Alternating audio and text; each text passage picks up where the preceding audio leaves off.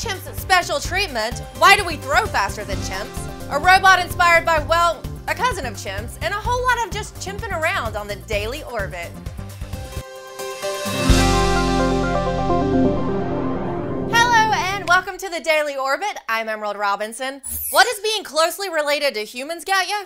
Well, for a chimp, it's a ticket out of the big house.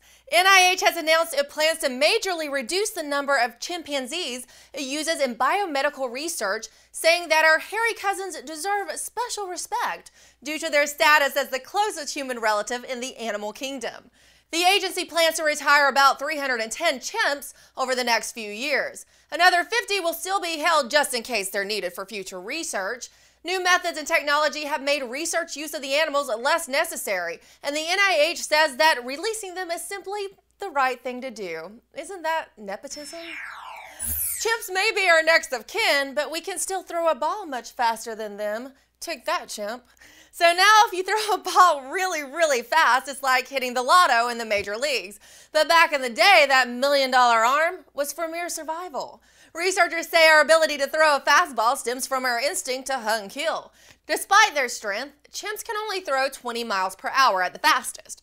That's 1/3 the speed of the average 12-year-old. Researchers say that we developed the tendons and ligaments to throw 2 million years ago to enable our ancestors to effectively and safely kill big game with more calories so we could grow larger brains and bodies.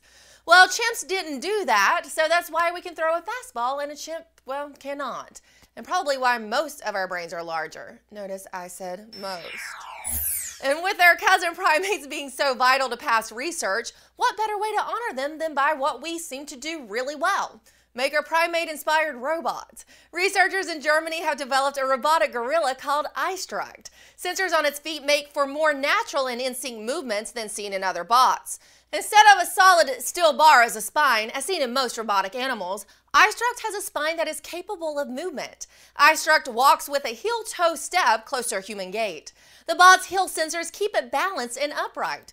Why make iStruct?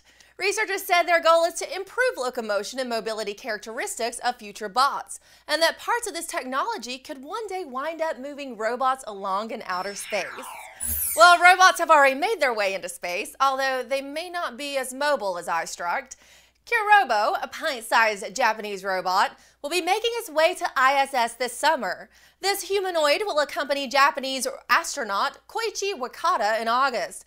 Standing 13 inches tall, the robot speaks Japanese, of course, and records its conversations with Wakata, acting as sort of a control room messenger for the astronaut.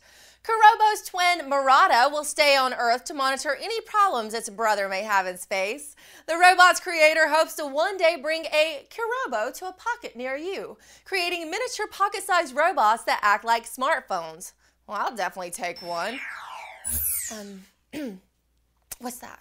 I'm sorry, I didn't get sleep last night and that just makes me anxious. Okay, don't look at me like, yeah, right. It's scientifically proven. A new study shows that people who are anxious by nature suffer the greatest harm from sleep deprivation. Researchers found that sleep deprivation amplifies anxiety associated with anticipation by igniting the brain's amygdala and insular cortex, which are associated with emotional processing. Researchers say that sleep therapy could be very useful in treating such disorders. So catch your Z's, orbiters. I know I plan to. And that's it for your Daily Orbit. Whew, jeez, I suddenly feel very sleepy.